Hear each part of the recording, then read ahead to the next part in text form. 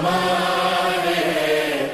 بڑی شان والے صلی اللہ علیہ وسلم۔ اعوذ باللہ من الشیطان اللعین الرجیم، بسم اللہ الرحمن الرحیم، نحمد و نصلی علی رسول الکریم وآلہ الطیبین الطاہرین واصحابہ المیامین المنتجبین۔ سب سے پہلے میں اپنے تمام دیکھنے والوں کی خدمت میں سرور کائنات ختمی مرتبت حضرت محمد مصطفیٰ صلی اللہ علیہ وآلہ اور ان کے فرزند برومند امام ہمام حضرت امام جعفر صادق علیہ السلام کی ولادت کی مناسبت سے تبریک، تہنیت اور مبارکباد پیش کرتا ہوں۔ یہ وہ دن ہے کہ جب پروردگار نے، مالک نے امت پر یہ احسان کیا کہ اپنے نبی کو ہماری ہدایت کے لیے بھیجا، اور اس کے ساتھ ساتھ جب دوبارہ سے ایک دوسرے صادق کی ضرورت پڑی اور اپنے پیغمبر صادق کے بعد جب امت مسلمہ کذب و افتراء اور وضع حدیث کے ماحول میں اور جھوٹی حدیثوں کے گورکھ دھندے میں گرفتار ہوئی، تو مالک نے، پروردگار نے امت پر دوسرا احسان یہ کیا کہ امام صادق کو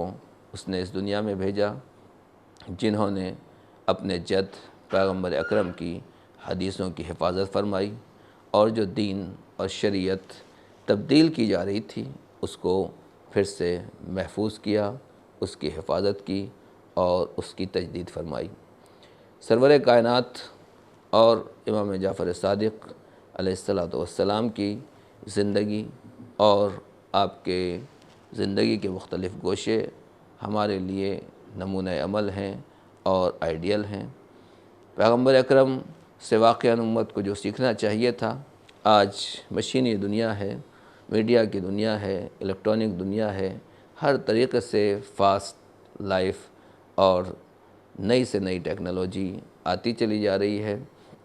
زندگی جتنی تیز رفتاری کے ساتھ آگے بڑھ رہی ہے، انسانیت اسی اعتبار سے جہالت، نادانی اور بے عملی کی طرف گرتی چلی جا رہی ہے، اور ایسے ماحول کے لیے یقیناً سیرت پیغمبر ہی ہمارے واسطے بہترین اسوہ اور آئیڈیل اور نمونہ ہو سکتا ہے۔ پیغمبر جس زمانے میں آئے تھے وہ زمانہ بھی برا تھا، آج کا ماحول بھی کوئی اچھا نہیں ہے، لیکن شرط یہی ہے کہ آج کے ماحول کو ہم اپنے نبی کے ماحول میں ڈھالیں اور اس سیرت کو بیان کیا جائے۔ اللہ نے، پروردگار نے صاف طریقے سے اور بالکل کلیئر انداز سے کہا کہ تمہیں آئیڈیل چاہیے تو اللہ کا رسول ہے۔ دنیا کا کوئی بھی انسان کسی ایک اینگل سے آئیڈیل اور نمونہ ہو سکتا ہے، مگر پیغمبر کی زندگی ہر اعتبار سے، چاہے اپنے گھر والوں کے ساتھ ہو، چاہے دوستوں کے ساتھ ہو، چاہے بزم میں ہوں، چاہے رزم میں ہوں، مسجد میں ہوں، عبادت میں ہوں، غریبوں کے ساتھ ہوں، امیروں کے ساتھ ہوں، رئیسوں اور سرداروں کے ساتھ ہوں، بادشاہوں کے ساتھ، آپ کا طریقہ وہ سب کا سب اپنے اعتبار سے اخلاق حسنہ اور خلق عظیم کی آخری منزل کے اوپر فائز ہیں۔ لہذا ہم کو دیکھنا یہی ہے کہ آج ہمارا ماحول، ہماری سوسائٹی اور سماج پیغمبر سے کتنے ہزاروں لاکھوں میل دور ہو چکے ہیں۔ جو اللہ کے نبی نے سکھایا تھا، مسلمان آج کہاں ہیں اور واقعاً ہم کیا کر رہے ہیں؟ کیسی کیسی باتیں نبی سکھا کر گئے اور ہم ان کو بھول گئے۔ جب نبی آئے تو آتش کسے فارس گل ہو گیا اور اس کی آگ بجھ گئی، اور جب پیغمبر مبعوث ہوئے تو فتنہ و فساد کی جو آگے بھڑکی ہوئی تھی وہ آگ بھی ٹھنڈی ہو گئی۔ اسی طریقے سے جب پیغمبر اس دنیا میں تشریف لائے تو پروردگار عالم نے ان کی پیدائش کے وقت بڑے بڑے محلوں کے کنگرے اور مینارے گرا دیے۔ اسی طریقے سے جب آپ کو مبعوث کیا گیا، آپ نبی بنائے گئے اور آپ نے اپنی نبوت کا اعلان کیا، تو اس وقت آپ نے ذہن و دماغ کو ہلا کر رکھ دیا۔ پیدائش سے محلوں میں لرزہ اور زلزلے آئے، اور بعثت سے لوگوں کے ذہن و دماغ میں زلزلے پیدا کر دیے۔ ایک طرف آپ مرد میدان ہیں اور دوسری طرف عبادت، بندگی، دعا، مناجات، اپنے مالک سے راز و نیاز میں اس حد تک آگے بڑھتے ہیں کہ ادھر سے آواز آتی ہے میرے حبیب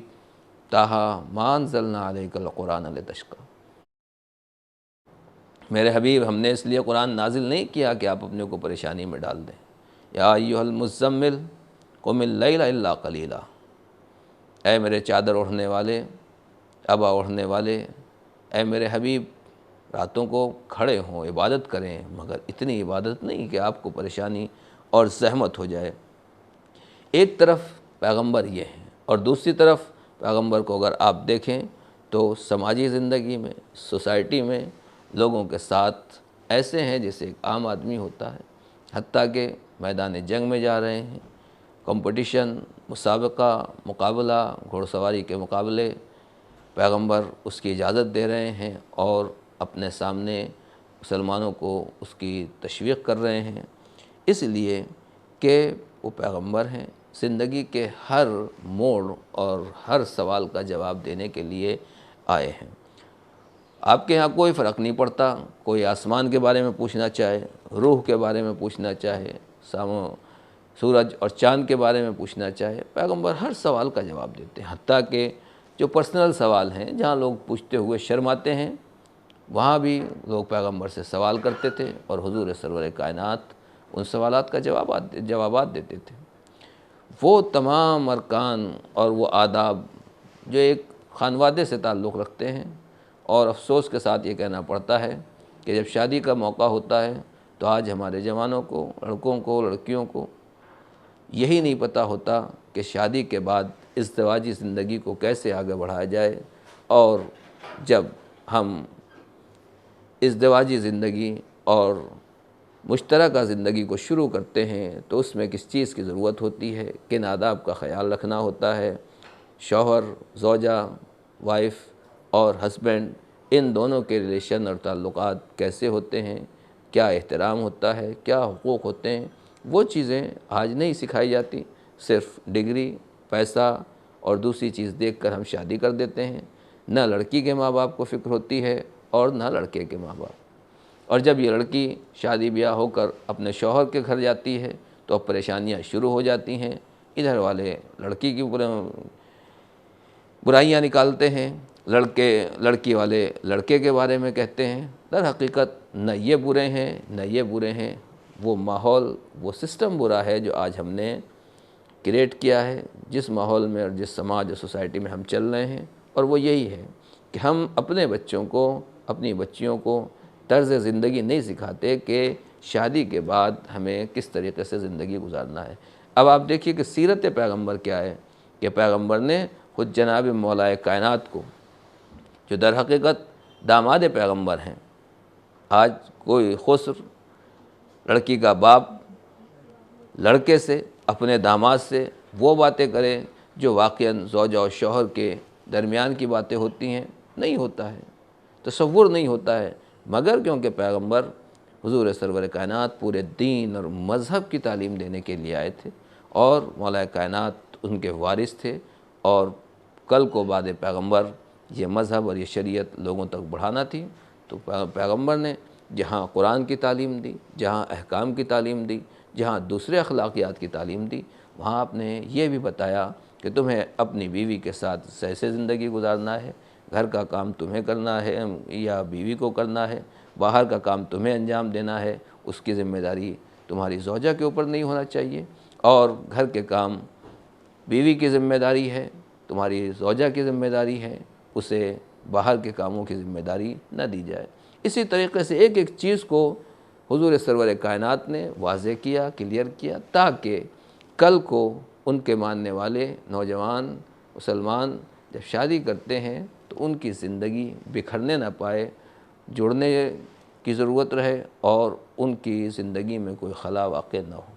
آج جو طلاق کی نوبتیں آ رہی ہیں اور امت مسلمہ کے سامنے یہ پریشانیاں ہیں، اصل وجہ یہ ہے کہ ہم نے اس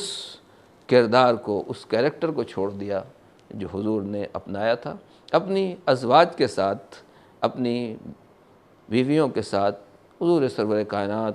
آرام کے ساتھ زندگی گزار رہے ہیں اور ہر طرح کے مسائل ان کے گھر میں پیش آتے ہیں۔ ایسا نہیں ہے کہ سب ایک جیسی تھیں، سب کا درجہ ایک جیسا تھا، سب کا علم ایک جیسا تھا۔ ظاہر سی بات ہے کہ جو حضور کے گھر پہ بیوی بن کر تشریف لا رہی ہیں وہ پہلے سے پڑھ لکھ کر یا اللہ کے یہاں سے پڑھ کر نہیں آئی ہیں، نبی کے گھر میں ہی ان کو تربیت پانا ہے۔ تو جب تک تربیت نہ ہو جائے اور تربیت مکمل نہ ہو اس وقت تک خطا کا امکان ہو سکتا ہے، اور قرآن مجید نے بھی بعض سوروں میں ان چیزوں کی طرف اشارہ کیا ہے۔ مگر نبی اللہ کے پیغمبر اسی لیے آئے تھے کہ دنیا کی عورتوں کو بھی سدھارنا ہے، ان کو بھی صحیح راستہ دکھانا ہے، اور اپنے گھر کی خواتین کو بھی صحیح رہنمائی کرنا ہے۔ اور قرآن مجید نے بھی صاف طریقے سے کہا، اے پیغمبر کی بیویوں، یہ کرنا ہے، یہ کرنا ہے، پردے کا خیال رکھنا ہے، لوگوں سے ایسے انداز میں بات نہ کرو۔ تمام مسلمانوں کی عورتوں کو پروردگار عالم نے اسی انداز سے سبق دیا ہے، جو در حقیقت یہ سیرت اور یہ کردار ہمارے سامنے آتا ہے کہ اللہ کے نبی کی سیرت کو اپنائیں، اور جو ہم اس سے دور ہوتے چلے جا رہے ہیں اس سے قریب آئیں۔ جو کچھ ہمیں سوال کرنا ہے، پوچھنا ہے، وہ اللہ کے نبی سے پوچھیں، اور واقعاً ہمارا بھی فرض بنتا ہے، علماء کا بھی فرض ہے، اور ان کی بھی ذمہ داری ہے کہ جو واقعاً پڑھے لکھے ہیں وہ پبلک کو، عوام کو، بچوں کو، جوانوں کو سیرت پیغمبر کے بارے میں، اماموں کی سیرت کے بارے میں، امام جعفر صادق علیہ السلام کی سیرت کے بارے میں وہ باتیں بتائی جائیں جو وہ نہیں جانتے ہیں، اور وہ دین اور وہ مذہب ان تک پہنچایا جائے